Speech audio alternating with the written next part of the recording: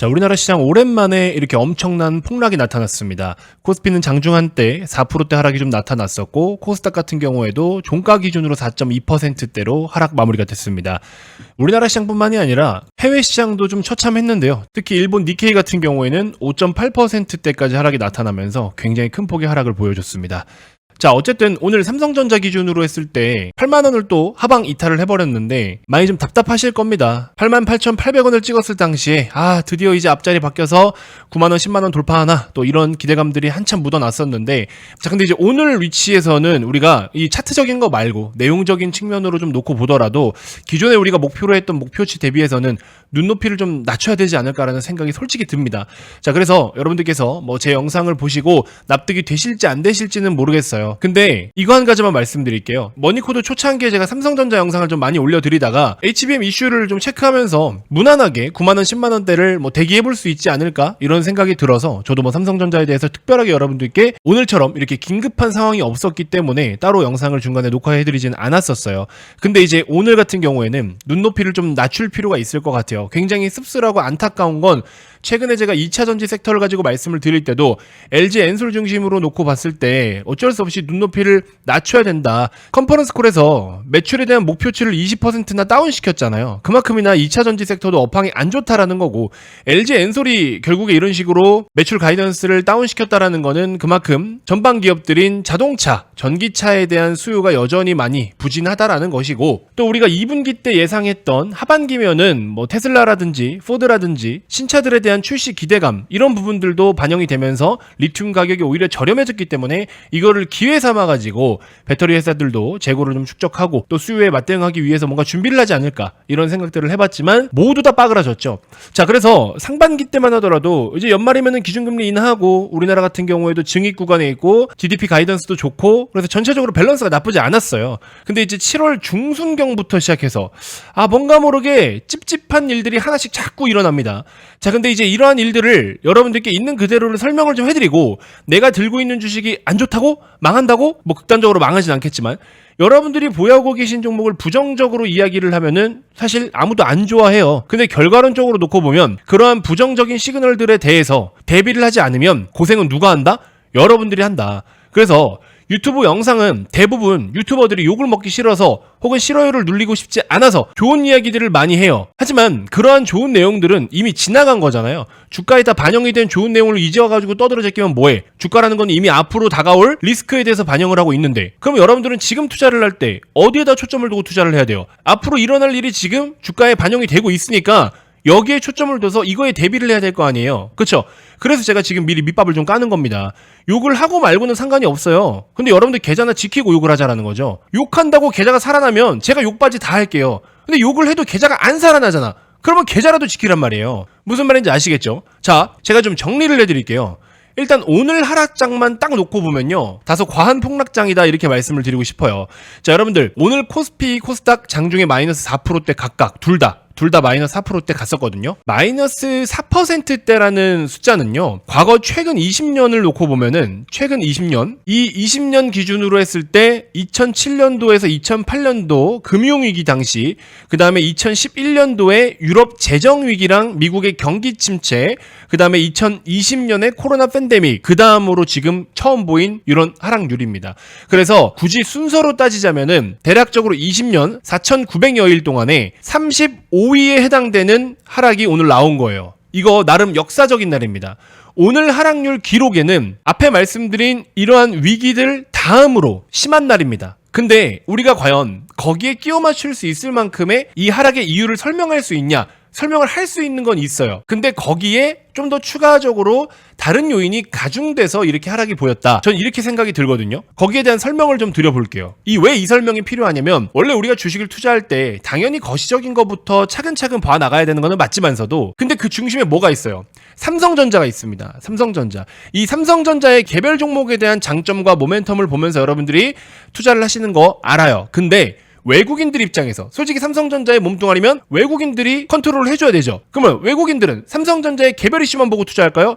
예를 들어서 여러분들이 삼성전자를 투자한 이유가 A 때문에 삼성전자가 좋아요 라고 해서 투자를 했어요. A라는 재료가 굉장히 유망해질 것 같아요 해서 삼성전자에 투자를 했어요. 하지만 외국인들은 A를 볼 때도 있겠지만 B나 C나 D 다양한 요인들을 보고 투자한다는 거예요. 그리고 구조적으로 삼성전자가 압도적인 비중을 차지하고 있기 때문에 또 삼성에 대한 파생 트레이딩이라든지 패시브 수급들이라든지 이런 모든 것들이 또 매크로에 가장 민감하고 예민하게 움직이는 그런 종목이고, 외국인들의 그 정말 천문학적인 어마어마한 금액들을 소화해 줄 수 있는 종목이 솔직히 말하면 우리나라에서 몇 개 없어요. 자, 그렇기 때문에 삼성전자는 이런 다양한 요인들을 반영해서 정말 개인들은 신경도 안 써도 될 만한 내용이지만 메이저들이 컨트롤하는 데에 있어서 영향을 줄 만한 그런 다양한 요인들이 주가에 영향을 받는다라는 겁니다. 자, 일단 설명을 드려볼게요. 첫 번째, 당연히 시장에 대한 영향이에요. 그러면 제가 어제도 엔캠 영상에서 설명을 드렸지만 시장을 볼 때 지금 뭐 때문에 빠집니까? 결국에 경기 침체, 리세션이라는 것이 우려가 돼요.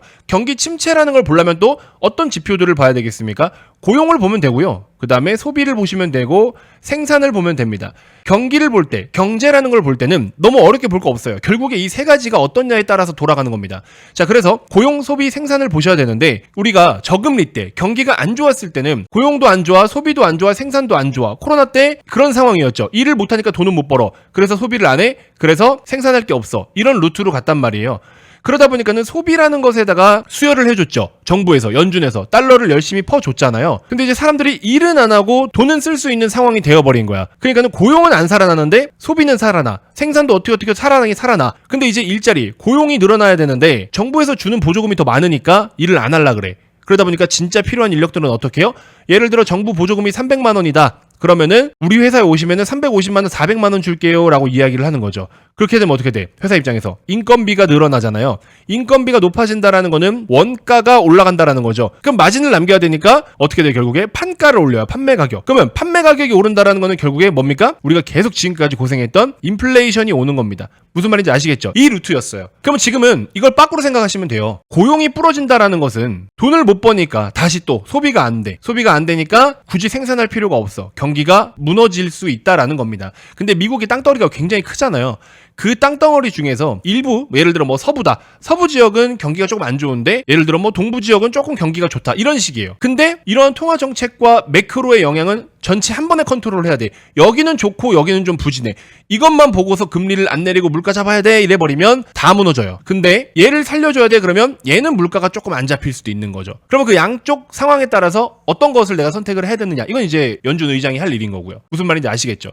아무튼 그래서 지금은 이제 어찌됐건 간에 9월달에 기준금리 인하에 대해서 거의 뭐 100% 확실시 되어가고 있죠. 그동안에 금리를 열심히 땡겨 올리면서 고용은 괜찮았어요. 고용은 괜찮았는데 고용 지표를 계산하는 방식이 뭐 따로 있겠지만 어쨌든 중요한 거는 일자리 대비해서 얼마나 많은 사람들이 일을 하냐 이거잖아요. 근데 지금까지 고용이 좋아질 수 있었던 이유가 이민자들이 다시 늘어나기 시작을 했죠. 코로나 때 이민이 막혔었다가 이민자가 늘어나, 그러니까 일하는 수요는 늘어나. 그 다음에 고용, 리쇼어링이라고 하죠. 리쇼어링이라고 해서 미국 현지 내로 다시 들어와. 집 나갔던 우리나라 기업들 다시 미국으로 들어와. 거기다가 IRA, 인플레이션 감축 법안으로 인해서 야 니네 우리나라 들어와가지고 제품 생산하고 하면은 보조금 줄게. 자, 그럼 보세요. 리쇼어링과 IRA로 인해서 고용의 일자리는 어땠어요? 늘어났잖아. 일자리는 많이 늘어났고 그럼 이 자리를 누가 채워? 이민자들도 어느 정도 채워주고 있다라는 거예요. 그리고 또 괜찮은 좋은 기업들이 많이 들어오고 하다 보니까 또 미국 사람들도 뭐 현지에서 또 일 열심히 하고, 아무튼 이런 상황들이 계속 이어져 오다가 최근에 조금 안 좋은 시그널들이 계속 나오더라고요. 크레딧 카드, 신용카드 연체율이 슬슬 올라오기 시작을 했었다. 연체율이 올라오기 시작을 하고 리볼빙이라고 하죠. 리볼빙 2월 시키는 거. 리볼빙도 금액들이 많이 높아지기 시작을 했고,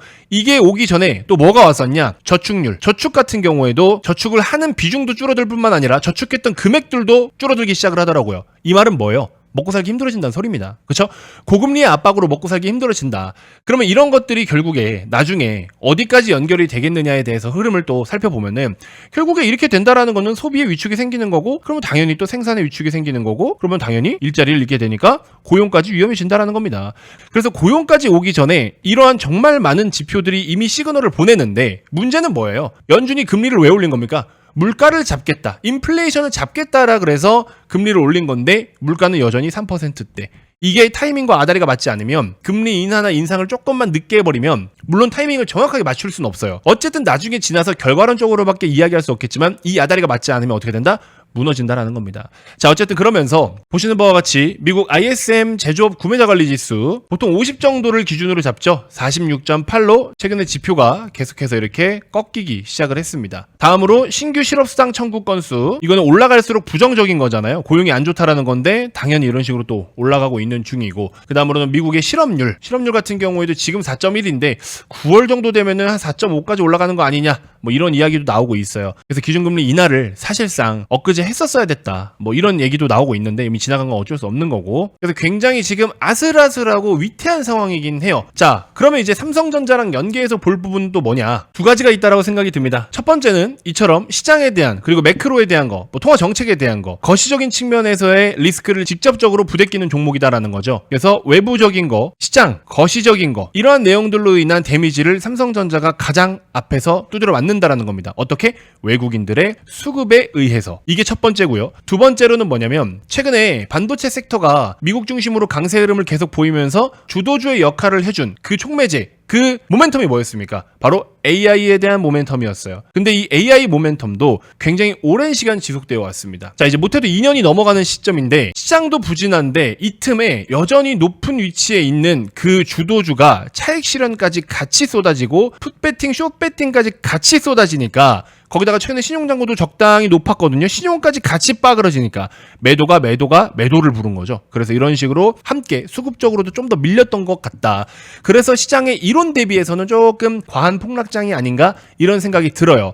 자, 이런 시장에서도 근데 사실 솔직히 말씀드리면 여러분들 조심하셔야 될 게 뭐냐면 단순하게 그냥 하락을 조심하세요, 이게 아니라, 잘 보세요. 기존의 주도주의 상승 종료 시그널이 보이고 있다는 거예요. AI 모멘텀으로 올랐던 그러한 정말 많은 종목들과 기업들, 실제로 AI라는 기술을 접목시켜서 사업에 활력을 불어넣어줄 그런 빅테크 기업들 중에서 한두 기업 말고는 AI를 사용해서 실제로 좋은 매출과 이익을 내는 게 어렵다라는 분석이 나오고 있어요. 이런 뷰들이 쏟아지기 시작을 하면서 오픈 AI 같은 경우에도 24년에 최대 7조 원 정도까지 손실이 우려된다라는 내용들이 나오고 있습니다. 향후 12개월 내에 더 많은 자금을 조달해야 될 가능성도 있다라는 분석이 나오고 있고, 지금 이제 시장에서는 AI에 대한 혁명에 의심이 생기고 있다는 겁니다. 그렇다면 기존의 주도주가 매도세가 좀 쏟아지면서 이제 어느 정도 정리가 될 가능성이 높다라는 거죠. 그러다 보니까 오늘 압도적으로 더 많이 빠진 게 SK 하이닉스가 10%나 빠졌고요.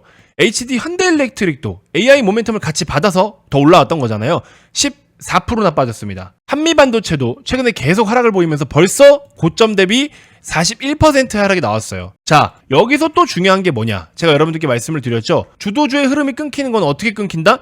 고점 대비 30%를 이탈하면 주도주 종료 시그널이다. 제가 여러분들께 교육 다 해드렸었죠. 물론 이거 하나만 가지고 모든 걸 정의할 수 없겠지만 사실 생각보다 정말 많은 기업들이, 이수 페타시스도 보시면 고점 대비 35%, YC 같은 경우에는 아직까지 마이너스 27%, 영업이익률, OPM이 그렇게 좋던 리노공업도 고점 대비 38%.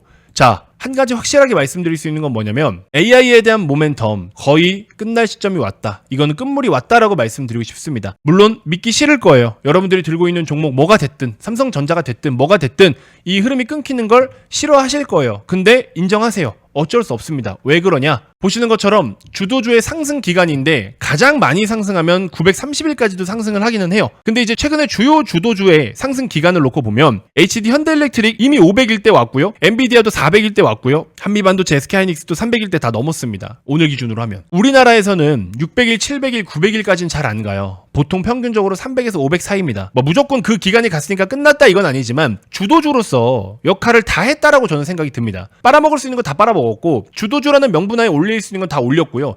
주도주의 흐름은 언젠가는 끊깁니다. 근데 그 끊기는 시점이 오늘로써 좀 더 확실해졌다라고 저는 생각이 들어요. 그러니까 더 물려서 더 고생하지 마시고요. 지금 IT 쪽으로 들고 계신 분들은요, 비중을 좀 축소하는 게 저는 맞다라고 봅니다. 과감하게 줄이세요. 어떤 종목을 사야 되느냐, 어디로 교체를 하느냐, 뭐 그거는 이제 요청하시는 분들은 제가 또 따로 소개를 해드릴 수는 있는데, 일단 중요한 건 IT 쪽에 종목을 보유하고 계신 분들은 비중 줄이세요. 욕하실 거예요. 욕할 거야. 많이 하세요. 그리고 나중에 다 두드려 맞고 계좌도 못 지키면 여러분들 손해인데 IT 비중 줄이세요. 지금 이 영상을 엔캠 주주님들이 보고 계신지는 모르겠지만 엔캠 같은 경우도 저 분명히 말씀드렸습니다. 28만원일 때 25만원 이탈하면 잘라라. 20만원도 잘라라. 계속 자르라고 했는데 안 자르고 지금까지 고생하시죠? 보시면 엔캠 자료입니다. 엔캠 투자전략서 제가 직접 만들어서 여러분들께 다 보내드렸던 거잖아요. 엔캠 투자전략서 5월 30일 기준 쭉쭉 내용 다 적어가지고 엔캠이 좋은 건 알겠다고. 근데 보시면 28만원이라는 가격일 때 이때 28만원인데 25만원까지의 하락은 열고 봐야 되고 극단적으로는 20만원까지의 조정 구간을 맞이할 수는 있다. 근데 물려있는 분들이라면 30만원대에 샀을 거 아니에요. 그러니까 25만원을 손절가 잡고 대응하는 전략을 취해라, 이렇게 말씀을 드렸습니다. 실제로 다 드린 거죠? 그대로 흘러갔죠? 삼성전자도 마찬가지예요. 삼성전자를 지금 당장 손절해라 이건 아니에요. 왜냐면 삼성전자를 여러분들이 어떤 모멘텀에 꽂혀서 들고 있는지는 모르니까. 제가 모르잖아요, 그거는. 근데 보시면 오늘 모든 메이저 주체들이 매도 폭탄을 던졌습니다. 여러분들, 이거 아무 이유 없는데 이렇게 매도 폭탄 던지겠습니까? 이유가 다 있는 거예요. 그리고 주도주의 흐름 끊겼습니다. 저는 이제 주도주의 흐름에 대한 종료 시그널을 보내고 있다라고 생각이 들어요. 시장은 생각보다 여러분들 오늘 빠진 거에 비해서 상황이 그렇게 심각하진 않아요. 솔직히 좀 더 지켜는 봐야 돼요. 근데 IT는 줄이세요. 반도체 IT 쪽은 비중 줄이세요. 특히 신용 레버리 있으신 분들은요, 빨리 정리하세요. 인정하기 싫은 거 알겠고 손 떨려서 못하는 거 알겠는데, 여러분들이 예를 들어서 1억을 사가지고 마이너스 5천만 원이야. 5천만 원밖에 안 남았어. 반토막 났어. 사실 이거 복구 못할까? 복구해요. 다 합니다. 할 수 있어요. 그러니까 더 늦기 전에 빨리 지금이라도 정리하는 게 맞아요. 저는 그래서 IT, 반도체, 특히 AI 중심으로 올랐던 그동안의 강세 흐름을 보였던 그런 주도주들 정리하는 게 맞다고 생각이 듭니다. 그러면서 오늘 오히려 역사적인 하락장, 이런 엄청난 폭락장에도 잘 보십시오. LG엔솔 빨간불 들어와 있어요. 삼성 SDI 빨간불 들어와 있어요. 무슨 힌트일까요? 뭐 이걸 사라 이게 아니라 이게 어떤 힌트일까요? 시장적인 측면에서 정말 진짜 막 우리 역대급 글로벌 금융위기급의 심각한 시장이라면 얘네들은 왜 살아있냐고. 이거는 그런 문제가 아니다라는 겁니다. 아까 처음 말씀드린 것처럼 주도주의 흐름이 끊기면서 수급적으로 매도가 매도를 부르는 상황들이 발생하면서 쭉쭉 빠졌던 거예요. 그러면 지금 어떻게 해야 돼? 종목만 바꿔주면 돼요. 여러분들이 편입해 있는 섹터만 옮겨주시면 됩니다. 어렵지 않아요. 근데 늦어서 하면, 더 늦박 타서 하면 어려워요. 그땐 못해요. 마이너스 3, 40이면 사실 감사합니다 하고 매도해서 교체하시면 돼요. 솔직히 삼성전자 마이너스 30% 손절했다고 가정해보면 이런 종목으로 벌써 다 교체해서 수익으로 땡길 수 있는 거잖아요. 이거는 1년 이상 보유를 했기 때문에 이런 수익률들이지만 어쨌든 대안은 있는 거잖아요. 방법이 있는 거잖아요. 요거는 이제 매도 신호가 나갈 겁니다. 자, 그래서 여러분들 어렵지 않습니다. 분명히 말씀드리지만 더 늦기 전에 뭔가를 하셔야 돼요. 저보다 더 유능한 전문가 있으면 그 사람한테 쫓아가서 돈 주고 가입을 하든 도움을 청하든 하시고, 그래도 최근에 본 사람 중에 머니코드 김 대표 괜찮다, 그러면 저한테 연락을 주시든지 뭐라도 하시라고요. 아시겠죠? 저는 분명히 말씀드렸습니다. 이 종목이 조회수가 얼마나 나올지는 모르겠지만 삼성전자 그 종목 하나가 뭔가 문제가 딱 생겼다 이게 아니라 삼성전자도 해당이 될 수밖에 없는 거시적인 어떤 시장적인 측면에서의 악재, 두 번째로는 AI 쪽으로의 악재, 이 두 가지를 직접적으로 다 영향을 받는 그런 종목이기 때문에 조심해야 된다. 분명히 말씀드렸습니다. 꼭 기억해 주시고요. 자, 어쨌든 뭐가 됐든지 간에 종목을 달라고 하든지 아니면 진짜 소갈이 하는 거 누가 좀 들어줬으면 좋겠다든지 저한테 편하게 뭐가 됐든 연락을 주세요. 종목이 필요하신 분들은 그냥 주도주라고 연락을 주시면 지금 저희가 매집하고 있는 종목들이 있어요. 오늘 최근에 제가 계속 보내드렸던 태광 같은 것도 보시면 강하잖아요. HD 현대중공업 2%밖에 안 빠졌잖아요. 그쵸? 그러니까 이게 주도주라니까. 두 달 내내 조선 얘기했잖아요. 저희 머니코드 채널의 메인에 보시면 조선주 메인으로 여기 제가 이미지 딱 걸어놨죠. 6일 전에도. 이런 거 좀 보시라고요.